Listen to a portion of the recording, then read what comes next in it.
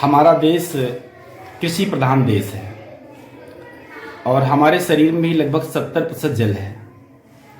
इन विषयों को रेखांकित करते हुए मेरे मस्तिष्क में ये उपज आया कि यदि भविष्य में जल नहीं रहेगा तो हमारा जीवन निर्बाध रूप से सर्वाइव नहीं कर पाएगा। और मैं जब पढ़ रहा था बचपन में MMPG कॉलेज कालांकर से मैंने BSc AG किया, तो मैं गंगा नदी से उस पार जाया करता था। ये बात है 2000 की। तो उस समय गंगा का जलस्तर काफ़ी अच्छा था। जब मैं BSc कंप्लीट कर रहा था, 4 वर्षों में गंगा का जलस्तर अचानक गिर गया। तो मेरे मस्तिष्क में ये विचार आया कि जितनी भी नदियाँ हैं, या गंगा का पानी है, यमुना का पानी है और जो वर्षा का जल है, यदि इसको हम संरक्षित या संचयित नहीं करेंगे तो आने वाले समय में बूंद बूंद जल के लिए हम तरसेंगे। और जल के अभाव में हमारी जो सभ्यता है, उन सब का विकास भी नदियों के किनारे हुआ है, तो सभ्यताओं का भी विकास नहीं हो पाएगा। पेड़ पौधे ये सर्वाइव नहीं कर पाएंगे। जो क्षुधा पूर्ति का मुख्य साधन है अन्न भी हम नहीं पैदा कर सकते हैं। तो इन सारे चीज़ों को कंक्लूड करते हुए मेरे मस्तिष्क में विचार आया कि हम लोगों को पानी के लिए संजीदा होना चाहिए और पानी को हर स्तर पर बचाना है। इसके लिए हमने काम शुरू किया और जहाँ तक मेरा मानना है, पानी को हम 2 रूपों में बचा सकते हैं।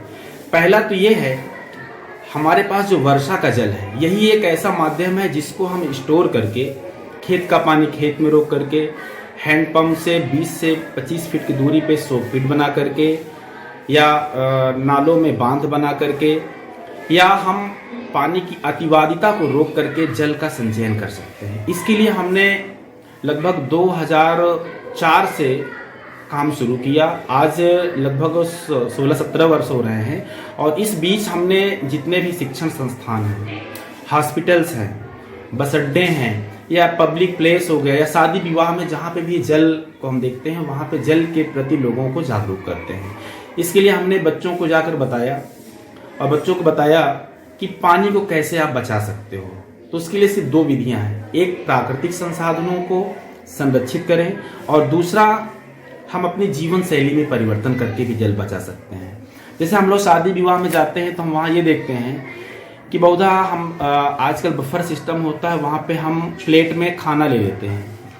पता चला कि हमने 7-8 पूड़ियाँ ले लिया, सब्जी ले लिया, चावल ले लिया, दाल ले लिया, रसगुल्ले, इस तरह बहुत चीज़ ले लेते हैं। इस तरह अगर हम 10 लोग मिल करके अपने प्लेट में 1 किलोग्राम के समतुल्य अनाज को बर्बाद कर देते हैं, तो वह अनाज नहीं बल्कि 1500 लीटर जल बर्बाद हुआ।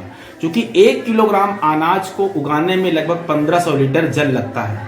तो अगर हम 1 किलोग्राम अनाज बर्बाद करते हैं तो 1500 लीटर जल हमारा गया। इसलिए हम ये भी प्रयास करते हैं कि लोग अन्न को बर्बाद न करें।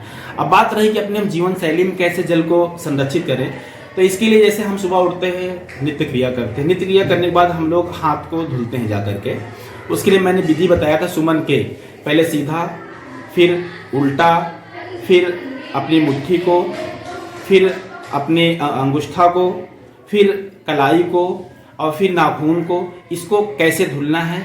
और जब हम हाथ धुलने जाएं तो वहाँ पे हम अपने हाथों में साबुन, शैम्पू ये भी लगाते हैं। उस समय टोटी की जो स्पीड है वो कम रखते हैं।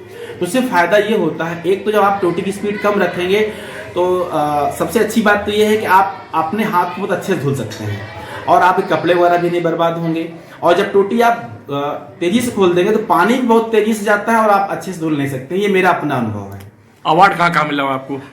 इसके लिए अभी 2019 में द्वितीय राष्ट्रीय नेशनल अवार्ड के लिए मेरा नाम गया 2019-20 में, जिसमें मुख्य विकास अधिकारी कौशाम्बी और श्रीमान जिलाधिकारी महोदय ने रिकमेंड किया है। वो फाइल गतिमान है, उसमें मेरा नाम गया है। वहाँ से कॉल भी आई है और इधर कोविड-19 की वजह से ये कार्य